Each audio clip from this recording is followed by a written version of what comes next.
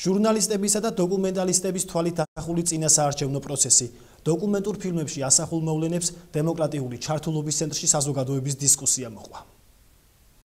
შეხვედრაზე ნაჩვენები იქნა ფილმი ჟურნალისტების სამართლიანი არჩევნებისთვის, რომელიც პროფესიონალ და მოქალაქე ჟურნალისტების ერთობლივი ნაშრომია. მეორე ფილმი დოკუმენტალისტ თომა ჩაგელიშვილის მიერ არის გადაღებული. ფილმებში 2012 წლის ცხელი არჩევნების საპარლამენტო არჩევნებში მომხდარი დარღვევებია ასახული. ფილმების ჩვენების შემდეგ გაიმართა დისკუსია, სადაც არასამთავრობო ორგანიზაციის, მედიის, პოლიტიკური პარტიების და საზოგადოების წევრები იღებდნენ მონაწილეობას.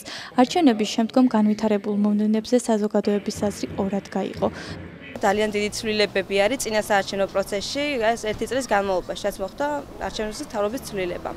დაწყებული წინასაარჩევნო პროცესი და მეორე საარჩევნო პროცესი, რომელიც ფაქტობრივად ეხლა დაიწყო და უკვე ოფიციალურად შედის სამუშაო რეჟიმში. რა მნიშვნელობა აქვს ეხლა ჩემთვის გელი შემჭამსუს გულისფერი ტურა.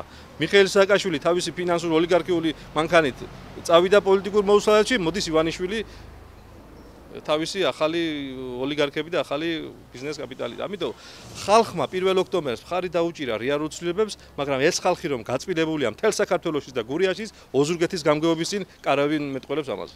ოზურგეთში პოლიტიკური ცხოვრება დღემდე არის ძალიან მწვავე არჩევნების შემდგომ პერიოდში. ეს კარგია, ეს დემოკრატიის ერთ-ერთი წესი არის, რომ უნდა იყოს პლურალიზმი, უნდა იყოს სხვადასხვა პარტია, რომლებსაც შეიძლება ჰქონდეთ აზრთა სხვადასხვაობა, მაგრამ მთლიანობაში მათი დისკუსია ემსახურებოდეს განვითარებას. ფილმები, რომელიც წინასაარჩევნო მოვლენებს ასახავდა 11 ქალაქში იქნა ნაჩვენები.